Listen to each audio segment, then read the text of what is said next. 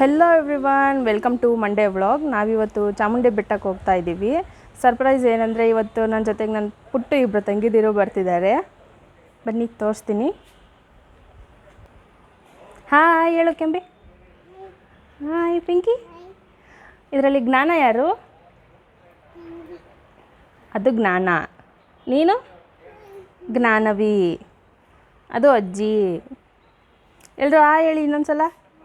Hi. ಹಾಂ ನೋಡಿ, ಇದು ನಮ್ಮ ಅಜ್ಜಿ ಮನೆ. ನಮ್ಮ ಅಜ್ಜಿ ಒಂದು ಮಿನಿ ನರ್ಸರಿನೇ ಮಾಡಿದೆ ನಮ್ಮ ಮನೇಲಿ. ಬಟ್ ಇವಾಗ ಅದನ್ನೆಲ್ಲ ತೋರಿಸೋದಕ್ಕೆ ಟೈಮ್ ಇಲ್ಲ. ಇನ್ನೊಂದು ದಿನ ಯಾವಾಗಾದರೂ ಸಪ್ರೇಟಾಗಿ ಟೈಮ್ ಮಾಡಿಕೊಂಡು ನಿಮಗೆ ಇಲ್ಲಿರೋ ಗಿಡ ಎಲ್ಲನೂ ತೋರಿಸ್ಕೊಡ್ತೀನಿ.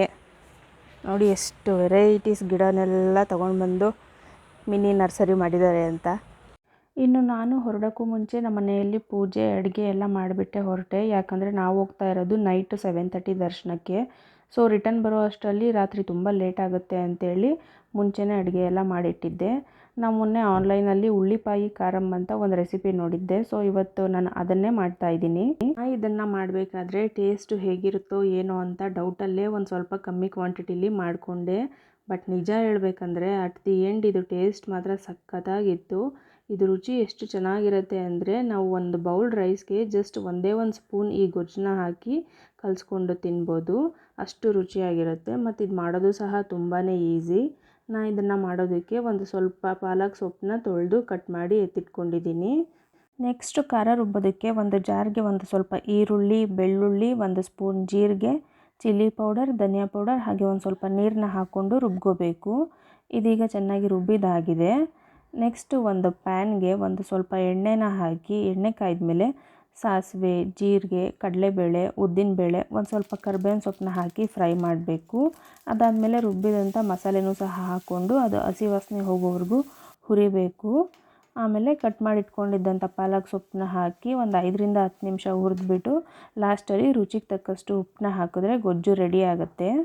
ನಾವು ಮಕ್ಕಳನ್ನೆಲ್ಲ ರೆಡಿ ಮಾಡಿಸಿ ಹೊರಡೋ ಅಷ್ಟರಲ್ಲಿ ಸಂಜೆ 6:40 ಆಗೇ ಹೋಯಿತು. ಈ ನಮ್ಮ ಮೈಸೂರು ಸಿಟಿನ ಸಂಜೆ ಟೈಮು ಚಾಮುಂಡಿ ಬೆಟ್ಟದ ಮೇಲೆ ನಿಂತು ನೋಡೋದಕ್ಕೆ ಅಮೇಝಿಂಗ್ ಆಗಿರುತ್ತೆ. ಆ ವೆದರು, ಆ ವ್ಯೂಸು, ಆ ಲೈಟಿಂಗ್ಸು ಎಲ್ಲ ಅದ್ಭುತವಾಗಿರುತ್ತೆ. ಬಟ್ ನಾವು ಹೊರಟಿದ್ದು ತುಂಬ ಲೇಟ್ ಆಗಿದ್ದರಿಂದ ದರ್ಶನವೂ ಲೇಟ್ ಆಗಿಬಿಡುತ್ತೆ ಅಂತೇಳಿ ಎಲ್ಲೂ ನಿಲ್ಲಿಸಲಿಲ್ಲ. ಬೇಗ ಡೈರೆಕ್ಟು ಬೆಟ್ಟದ ಮೇಲೇ ಹೊರಟ್ಬಿಟ್ಟು. ನೀವಿಲ್ಲಿ ನೋಡ್ಬೋದು, ಇತ್ತೀಚೆಗೆ ಒಂದು 3-4 ವರ್ಷದಿಂದ ಇಲ್ಲಿ ತುಂಬಾ ಚೇಂಜಸ್ ಆಗಿದೆ. ಮುಂಚೆ ಈ ಥರ ಪಾರ್ಕಿಂಗ್ ಲಾಟ್ ಎಲ್ಲ ಇರಲಿಲ್ಲ. ಡೈರೆಕ್ಟ್ ಬೆಟ್ಟದ ಮೇಲೆ ಹೋಗ್ತಿದ್ದೋ. ಇವಾಗೆಲ್ಲ ಗಾಡಿನ ಇಲ್ಲೇ ಪಾರ್ಕ್ ಮಾಡಿಬಿಟ್ಟು ಮೆಟ್ಲತ್ಕೊಂಡು ಬೆಟ್ಟದ ಮೇಲೆ ಹೋಗಬೇಕು. ಹೋಗೋ ದಾರಿಲಿ ಅಂಗಡಿ ಮಳಿಗೆಗಳೇ ಜಾಸ್ತಿ ಆಗಿಬಿಟ್ಟು ಅದು ಟೆಂಪಲ್ ವೈಬ್ಸೇ ಹೋಗಿಬಿಟ್ಟಿದೆ. ಎಲ್ಲಿ ನೋಡಿದ್ರು ಬರೀ ಟಾಯ್ಸು, ಫ್ಯಾನ್ಸಿ ಐಟಮ್ಸು, ಬಟ್ಟೆ ಈ ಥರ ಅಂಗಡಿಗಳೇ ಜಾಸ್ತಿ ಆಗೋಗಿದ್ದಾವೆ. ಇದನ್ನು ನೋಡಿದ ಮೇಲೆ ನಮ್ಮೆರಡು ಪುಟಾಣಿಗಳನ್ನ ಕಂಟ್ರೋಲ್ ಮಾಡೋದಂತೂ ಇನ್ನೂ ಕಷ್ಟ ಆಗೋಗಿತ್ತು. ಯೂಶ್ವಲಿ ಪ್ರತಿ ವರ್ಷ ನಾವು ಆಷಾಢ ಮಾಸದಲ್ಲಿ ಬೆಟ್ಟ ಹತ್ತಿನೇ ದೇವ್ರ ದರ್ಶನ ಮಾಡ್ತಿದ್ದಿದ್ದು. ಬಟ್ ಈ ವರ್ಷ ನನ್ನ ಹೆಲ್ತ್ ಸ್ವಲ್ಪ ಸರಿ ಇರಲಿಲ್ಲ. ಹಾಗಾಗಿ ಡೈರೆಕ್ಟ್ ಬೆಟ್ಟದ ಮೇಲೇ ಬಂದು. ಇನ್ನೂ ಆಷಾಢ ಮಾಸ ಶುರು ಆಗಿಲ್ವಲ್ಲ, ಅಷ್ಟೇನು ರಶ್ ಇರಲ್ಲ ಅಂತ ಅಂದ್ಕೊಂಡು.